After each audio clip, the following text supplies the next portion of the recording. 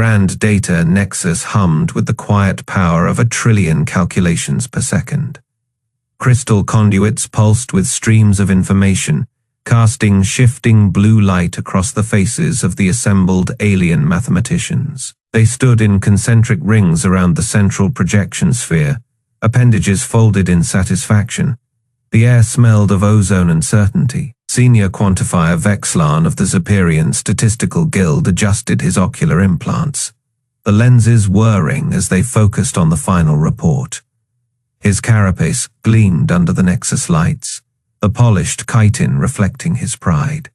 The numbers didn't lie. They never lied. Probability of human strategic viability in the coming conflict, he announced. Mandibles clicking with precision, Fei margin of error negligible. A ripple of approval spread through the chamber. The Vorak delegates clacked their talons in amusement. The Ceralians pulsed their bioluminescent nodes in agreement. Even the usually stoic Octavians allowed a few tentacles to twitch in satisfaction. Dr. Lisa Hayes sat at the human observation podium, her fingers resting lightly on the data slate in front of her. She didn't react.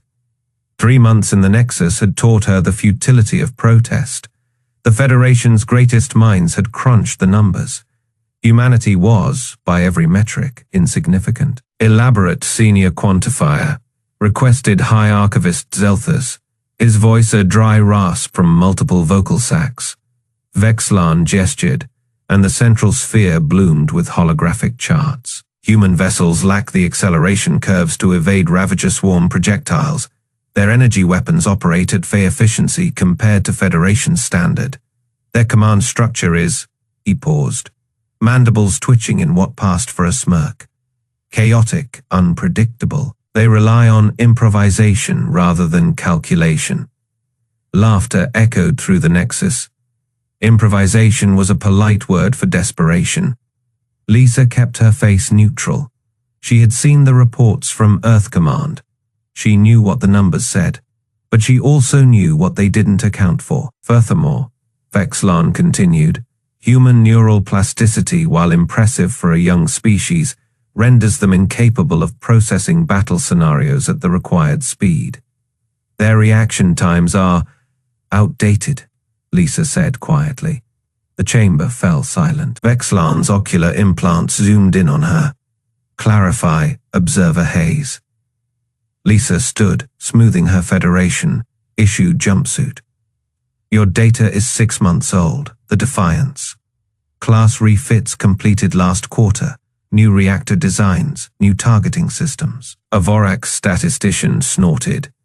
Marginally improved numbers do not change the equation. Softkin. Lisa didn't blink. It's not about the numbers.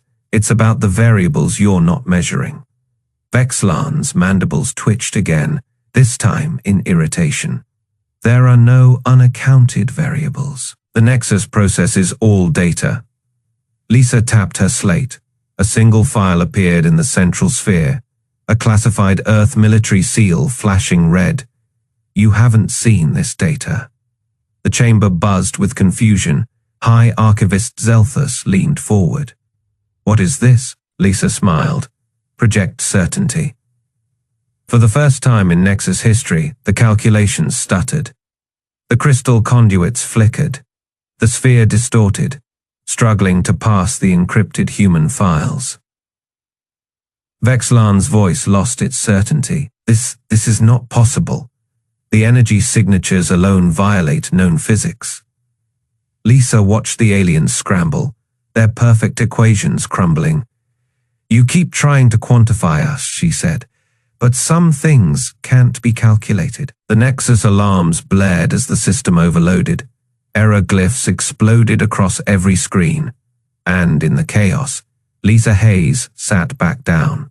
The impossible equation had just been rewritten. The war chamber hummed with the low-frequency chatter of a dozen species, their voices blending into a discordant symphony of arrogance. Admiral Ryan Blake adjusted his dress uniform's collar, the stiff fabric chafing against his neck. The circular amphitheater stretched above him, tiered seating packed with Federation commanders, each more decorated, more certain of their superiority than the last.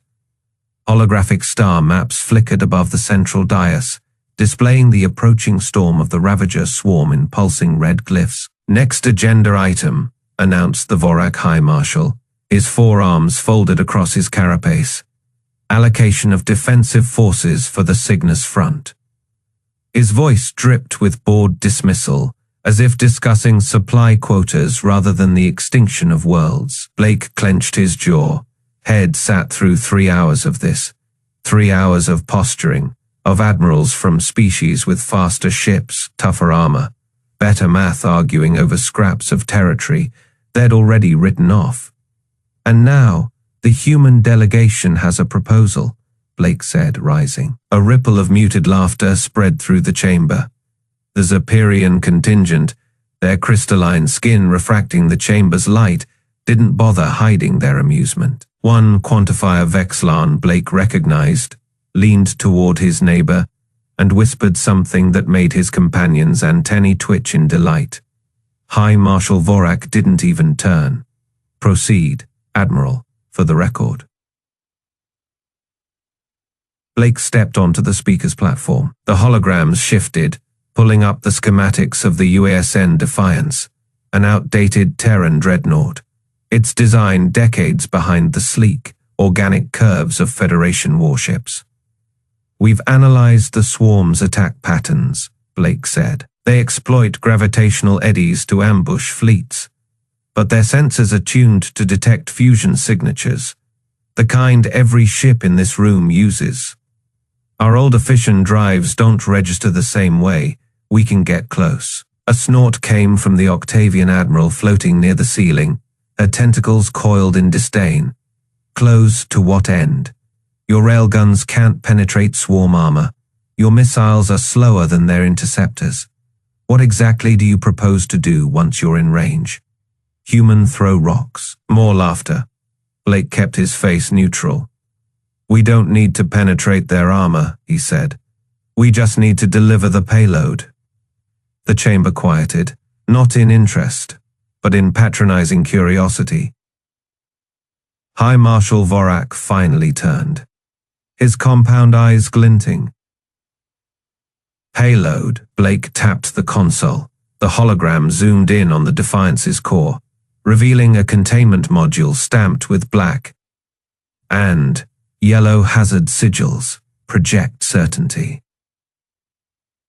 For a moment, there was silence. Then the Vorak threw back his head and chuckled, a sound like grinding stone. "Ah, I see. The humans have built a superweapon. How quaint." The mockery broke the tension. The Zephyrians tittered. A Cerelion admiral pulsed with derisive bioluminescence. "Let me guess," Vorak continued, waving a clawed hand. "Some fission bomb, a plasma warhead perhaps." He feigned gasp. "A railgun with extra magnets." Blake didn't flinch. "It's not a weapon."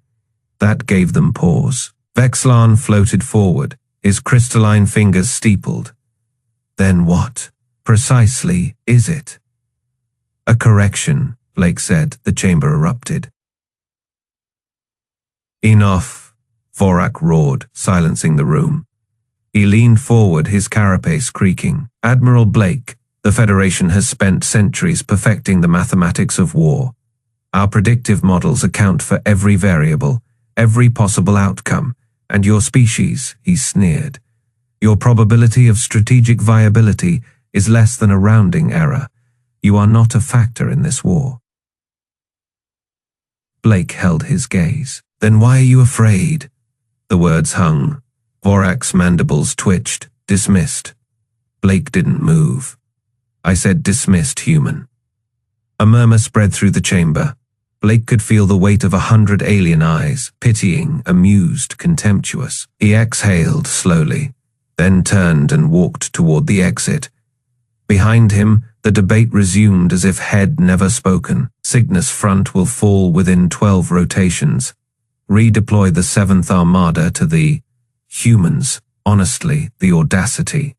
The doors hissed shut behind him, cutting off the noise. Blake allowed himself one moment. one breath, to tighten his fists. Then he tapped his comm. "Morrison," he said. The response crackled. "They didn't listen, did they?"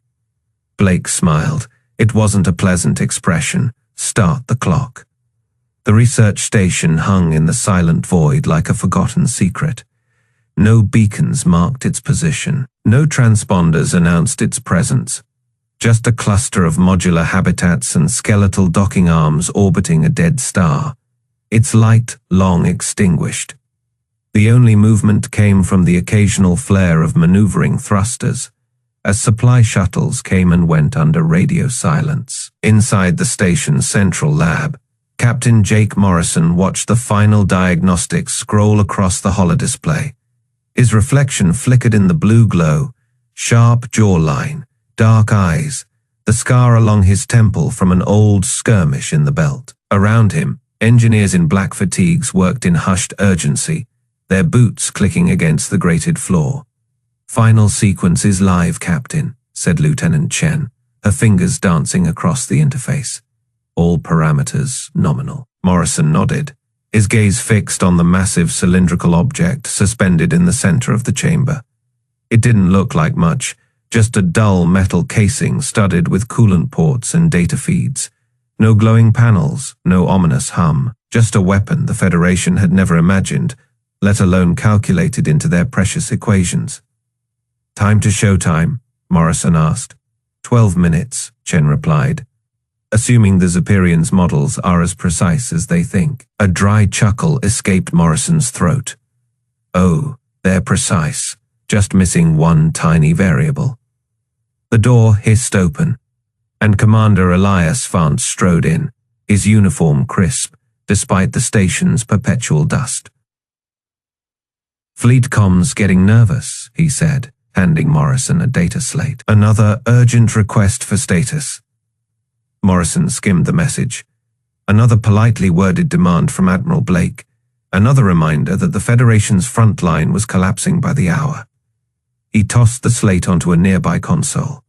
Tell them we're right on schedule. Their impossible weapons about to become very possible. Vance crossed his arms. "You really think this'll work?" Morrison turned back to the cylinder. They spent centuries mapping every possible outcome, every variable, every scrap of data on human tech, tactics, biology. They quantified us down to the decimal. He smirked. But they never factored in this. A klaxon blared, red lights strobing through the lab. "Test sequence initiated," the AI announced. "All personnel to secure positions." The engineers scrambled, sealing bulkheads and locking down consoles. Chen remained at her station, fingers flying. "Energy spike in 3, 2, 1. The cylinder shuddered. A low subsonic groan vibrated through the deck plates. Then, nothing. For a heartbeat, the room held its breath. Then the holodisplays erupted in chaos. "Readings off the scale," Chen shouted. "Temporal distortion at Phaeon climbing." Morrison watched the numbers spiral. Exactly as predicted. Exactly as impossible. Vance's face had gone pale. "Jesus, you weaponized a paradox." "Not just any paradox," Morrison said. "A certainty paradox, the one thing their models can't compute." The cylinder pulsed again, and the air itself seemed to warp around it. The lights flickered, the deck plates trembled. Somewhere deep in the station's core, the reactors whined under the strain. Chen's voice was tight. "Captain, we're approaching critical stability. If we push further." "Do it." She hesitated only a second before inputting the command. The cylinder screamed. Not a sound, a distortion. A tear in the fabric of reality itself. The holodisplays shattered into static. The lights died. For 3 terrifying seconds, the entire station hung in perfect darkness. Then the emergency systems kicked in, bathing the lab in crimson. Morrison was the first to move, striding to the central console. Status. Chen's hands shook as she pulled up the diagnostics. It worked. Perfect waveform propagation, Zero energy loss. She looked up, eyes wide. Captain, we just bent physics. Vance exhaled sharply. The Federation's going to shit themselves. Morrison allowed himself a slow, satisfied smile. Good, let them recalculate. He turned to the comms officer. Signal the Defiance. Tell Admiral Blake we're ready. As the message encoded, the dead star outside seemed to watch in silent judgment. Morrison didn't care. The galaxy had called humanity weak. Now it would learn the price of certainty. The alarms shrieked across the bridge of the ZSS Illustrious, their piercing wails drowning out the frantic shouts of the Zephyrian crew. Admiral Vex'larn's 4 hands gripped the command console, his chitinous exoskeleton vibrating with barely contained panic. The holographic display before him showed the nightmare unfolding in real time, a tidal wave of churning darkness. 1,000 Ravager Swarm bioships surging toward the Federation's last defensive line. All fleets, hold formation, Vex'larn barked, his voice modulator cracking under the strain. Activate forward shields, energy projectors to maximum. The Vorak High Marshal's hologram flickered beside him, his massive tusked face twisted in fury. Where are the reinforcements? The calculations promised we had 3 more hours.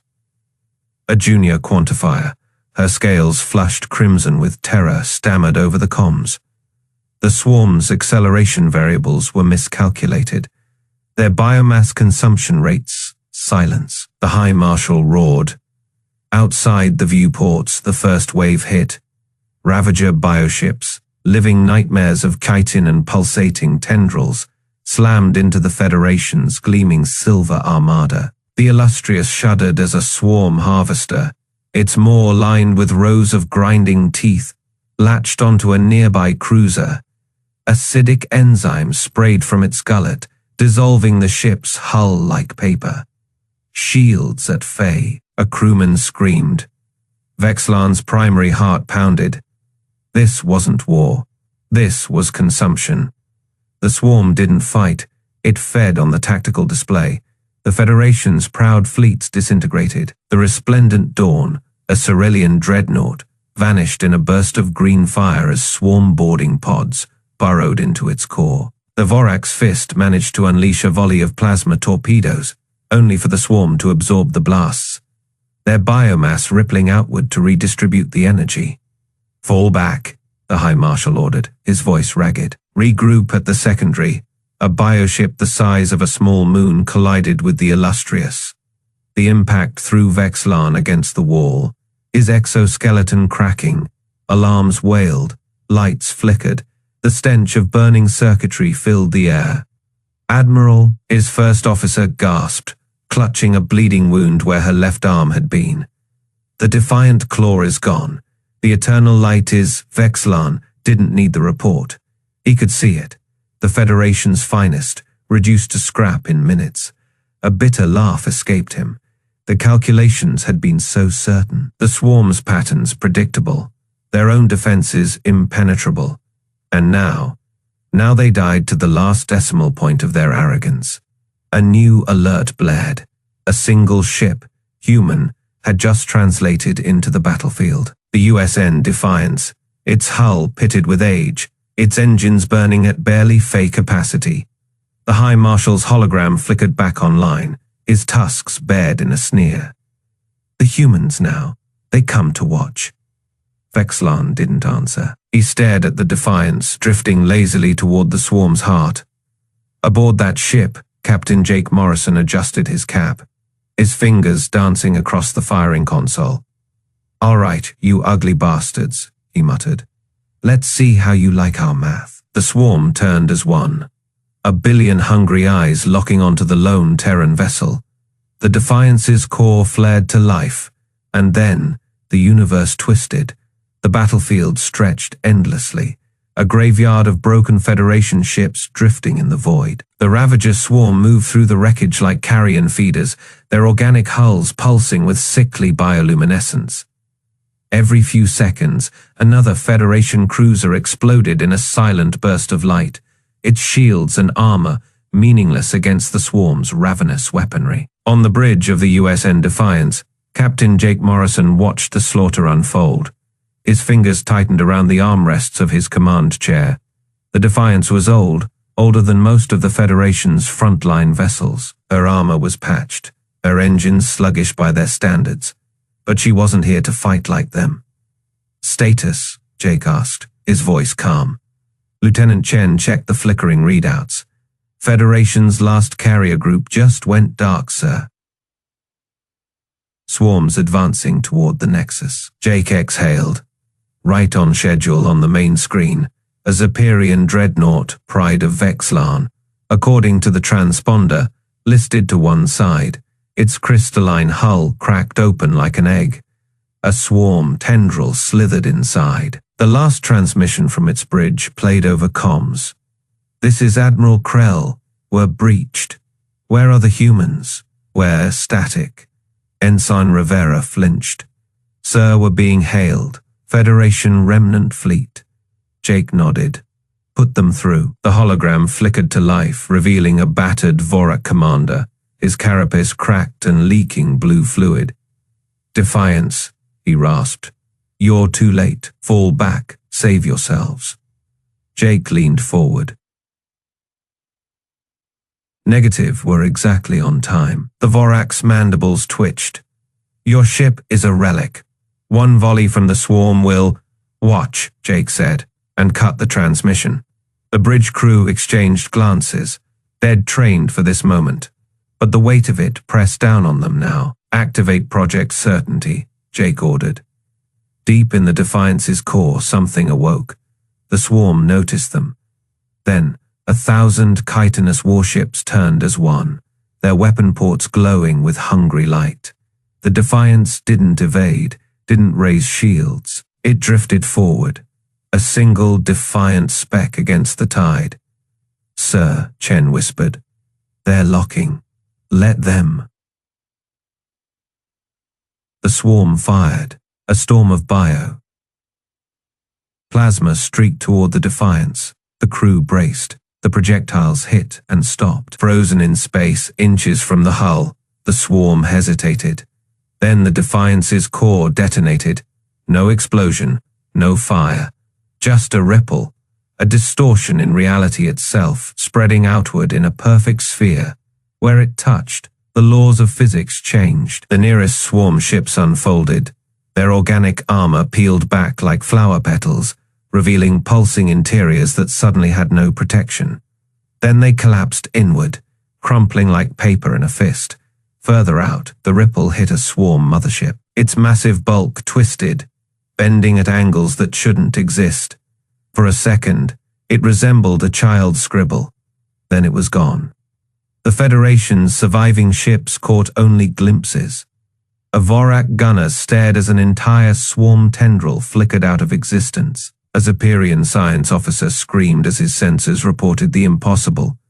They're not being destroyed. They're being unmade. On the Defiance's bridge, alarms wailed. The ship shuddered, her old frame straining against the weapon's backlash. 10 seconds to full effect, Chen reported, her voice tight. Jake watched the swarms panic. They were trying to flee now, their perfect coordination shattered. Too late, the ripple reached its maximum radius, Fei kilometers, and held inside that sphere. The rules had changed. Human rules. A Ravager battleship attempted to jump to warp. Its drive activated, and the ship stretched, elongating into a smear of atoms before snapping back into place. Empty. Another swarm vessel fired its weapons. The projectiles left the barrels and immediately aged, crumbling to dust before they crossed half the distance. The Defiance's crew watched, breathless, as the swarm died not by force but by consequence. "Core collapse imminent," Chen warned. Jake nodded. "Send the final signal." A single transmission burst from the Defiance, aimed at the Grand Data Nexus. One word: recalculate. Then the Defiance's core failed, the ripple collapsed, and took the swarm with it. Where thousands of enemy ships had been, there was only empty space. No debris, no wreckage, as if they dead never existed. On the Federation's surviving vessels, silence. Then, slowly, the comms erupted. What? What was that? They just erased them. That's not possible, our models. Jake Morrison's last act was to open a channel to the Nexus. The transmission was grainy, breaking up as the Defiance's power faded. You called it impossible, he said, blood trickling from his nose. The weapon's backlash was killing them, but his voice never wavered. Now you know what that word really means. The screen went dark. In the Grand Data Nexus, Vex'larn's claws trembled as the new calculations flashed across every screen. Human strategic viability, Sci-Fi, the chamber erupted in chaos. But out in the void where the Defiance had died, something else lingered. A whisper in the dark, carried on the solar winds. Humanity faced certainty. The Grand Data Nexus trembled as emergency alarms shrieked through its crystalline corridors. Vex'larn's 4 hands scrambled across his floating console, his usually pristine scales now slick with panic sweat. The holographic displays around him flickered wildly, their perfect calculations dissolving into chaos. Recalibrate. He screeched at his team of Zephyrian quantifiers. Their delicate fingers danced over controls, but the numbers refused to stabilize. The wave is propagating through our systems. It's rewriting the foundational algorithms. One of his junior analysts, a young Zephyrian with violet, tipped claws, turned with wide, terrified eyes.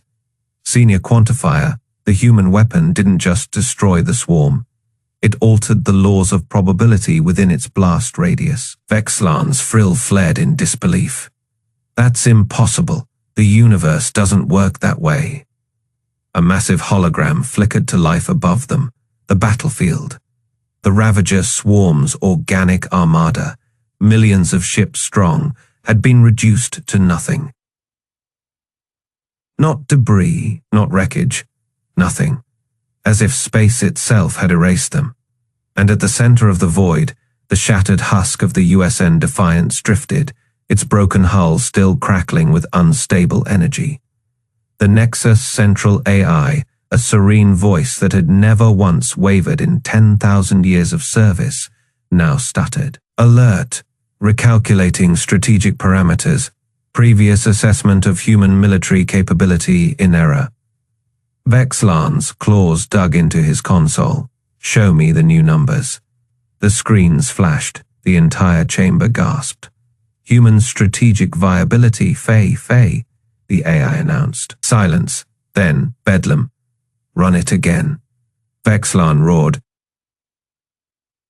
We have 17 times, his deputy cried. The results are consistent.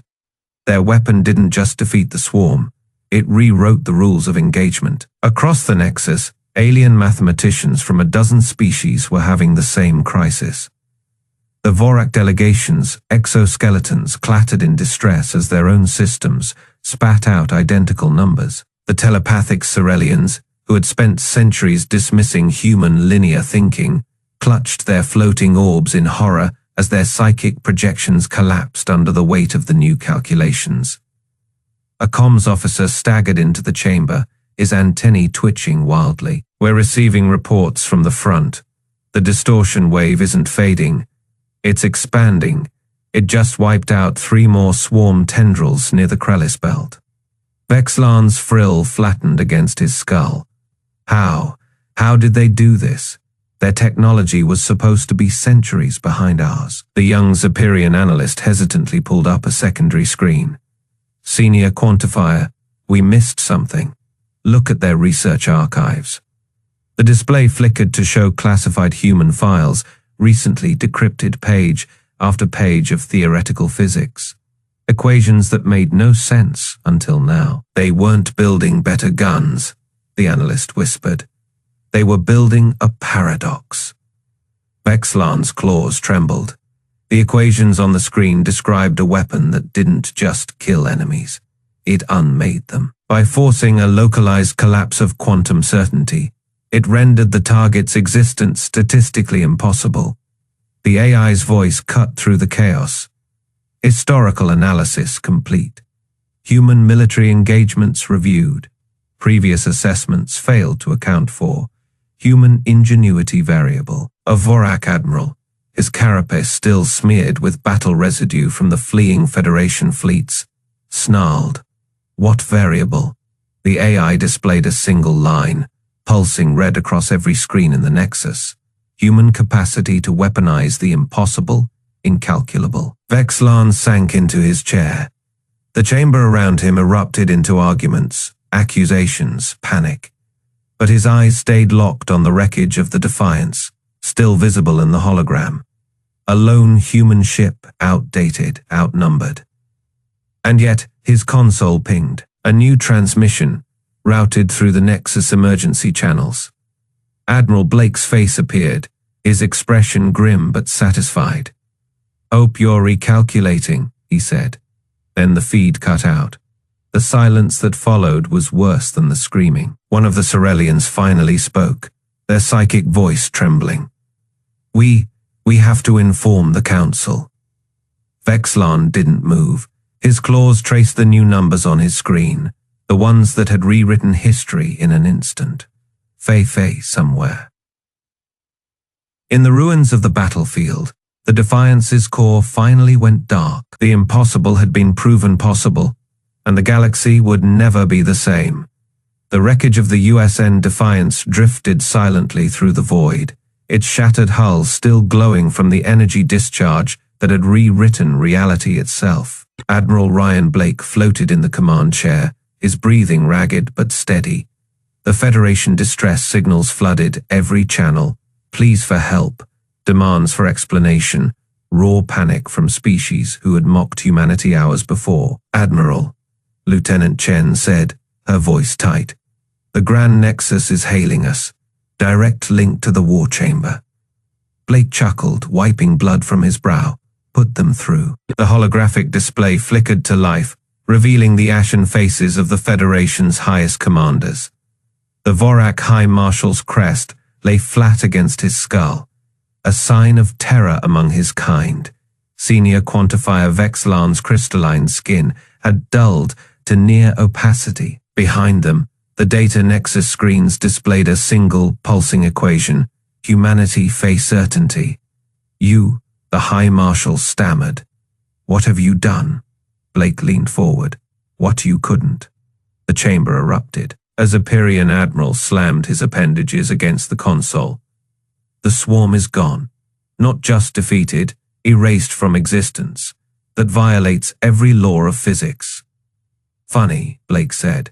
"Your models said we were impossible too." Vex'larn's voice trembled. "Project certainty. It wasn't a weapon. It was a paradox." On the Defiance's ruined bridge, Captain Jake Morrison grinned through cracked lips. "Told you they'd figure it out eventually." The Federation commanders recoiled as the truth hit them. The Defiance hadn't fired a missile or unleashed energy. It had unmade the swarm by rewriting the mathematical constants of local space-time, a weapon that didn't destroy. It edited reality. The Vorak High Marshal's voice dropped to a whisper. "You turned the universe itself against them."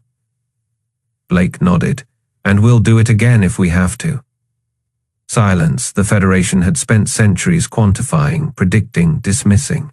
Now their perfect equations lay in ruins. On the edge of the battlefield, the last Ravager ship flickered, not exploding, but unraveling. Its existence deleted line by line like an error corrected. A junior Zephyrian technician whimpered. This is heresy against the cosmic order." Morrison laughed. "Welcome to humanity." The Defiance's system sparked, its dying act complete. Blake activated the final transmission, his face filling every screen from the Nexus to the farthest Federation outpost. "You calculated our weakness," he said.